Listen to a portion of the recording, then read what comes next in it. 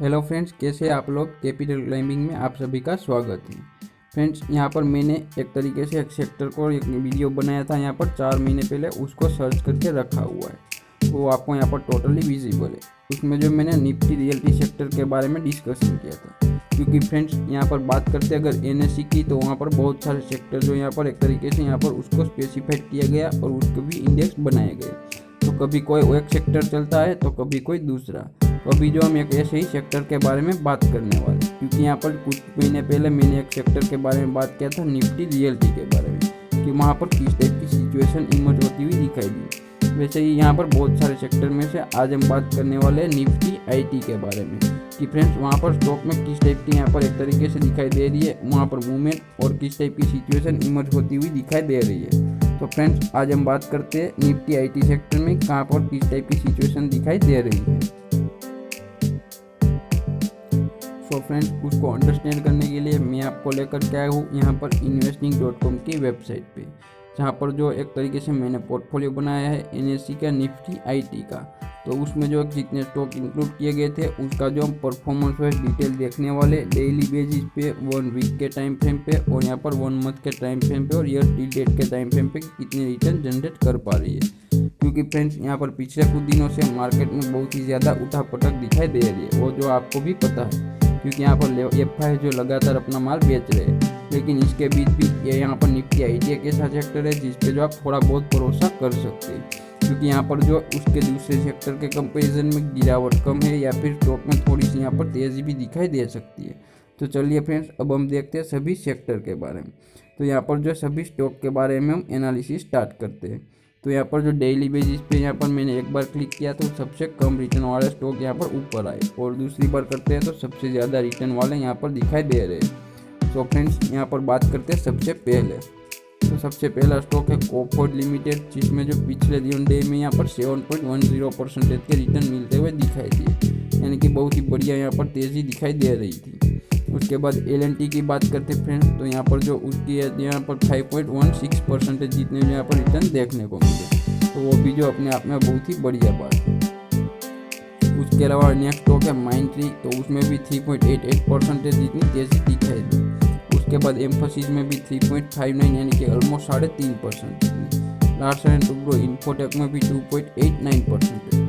Wipro limited में 1.36% और TCS में 1.12%। और उसके बाद इन्फोसिस में 0.45% और एचसीएल टेक्नोलॉजीज में 2.25% की तेज़ी दिखाई दी। और यहाँ पर टेक महिंद्रा में 2.42 यानी कि 2.5% जितनी गिरावट दिखाई दे रही है। यानी कि फ्रेंड्स पूरे सेक्टर में एक अकेला ऐसा स्टॉक है जिसमें थोड़ी सी गिरावट दिखाई दे रही है। बाकी सभी स्टॉक में थोड़ा बहुत जो यहाँ पर तेज़ी दिखाई दे रही है। और यहाँ पर जो निफ्टी आईटी एक ऐसा सेक्टर निकल करके आता है जिसमें जो आप यहाँ पर भरोसा कर सकते हैं। अभी फ्रेंड्स देखते हैं 1 वीक के टाइम फ्रेम पे, क्योंकि अभी जो ईयर अभी स्टार्ट हुआ है, तो यहाँ पर जो है बहुत ज़्यादा यहाँ पर एक तरीके से होता हुआ नहीं दिखाई देता, क्योंकि अभी जो 1 महीना ही नहीं बीता है। तो यहाँ पर बात करते हैं एम्फोसिस के बारे में, तो उसमें 0.49% जितनी तेज़ी दिखाई दी पिछले 1 वीक के टाइम फ्रेम पे। टीसीएस में 3.74% जितनी गिरावट दिखाई दी। एलटीटीएस में भी फ्रेंड्स गिरावट दिखाई दी 4.79 यानी कि ऑलमोस्ट 5% जितनी। इन्फोसिस में भी गिरावट दिखाई दी। HCL technologies, Larsen and Toubro यानी कि सभी स्टॉक में यहाँ पर गिरावट दिखाई दे रही है 0.1% से लेकर के ये यहाँ पर 12% के आसपास तक। तो यहाँ पर 1 वीक के टाइम फ्रेम पे बहुत उठापटक दिखाई दी है। मार्केट में भी बहुत गिरावट थी, लेकिन यहाँ पर एक ऐसा सेक्टर है जिसमें जो बहुत कम यहाँ पर गिरावट दिखाई दे रही है दूसरे सेक्टर के कंपैरिजन में। क्योंकि इसी टाइम फ्रेम पे यहाँ पर दूसरे सेक्टर की बात करते हैं तो वहाँ पर जो 20% से भी ज़्यादा की गिरावट देखने को मिली है बहुत सारे हाई क्वालिटी स्टॉक में भी। तो जो डेफिनेटली आपको इसको कंसीडर करके चलना होगा। उसके अलावा फ्रेंड्स यहाँ पर 1 मंथ के टाइम फ्रेम पे भी देख सकते हैं, यहाँ पर भी बहुत ज़्यादा गिरावट दिखाई दे रही है बहुत सारे स्टॉक में। लेकिन यहाँ पर दूसरे सेक्टर के स्टॉक को कंपेयर करेंगे सेम टाइम फ्रेम पे, तो वहाँ पर भी ज़्यादा गिरावट दिखाई देगी, क्योंकि यहाँ पर जो स्टॉक ऑलमोस्ट 40% से भी ज़्यादा करेक्ट होते हुए दिखाई दे रहे हैं। तो आपको उसको कंसीडर करना होगा। तो यहाँ पर सबसे पहले बात करते हैं विप्रो में, तो वहाँ पर 21% जितनी गिरावट दिखाई दी 1 मंथ में।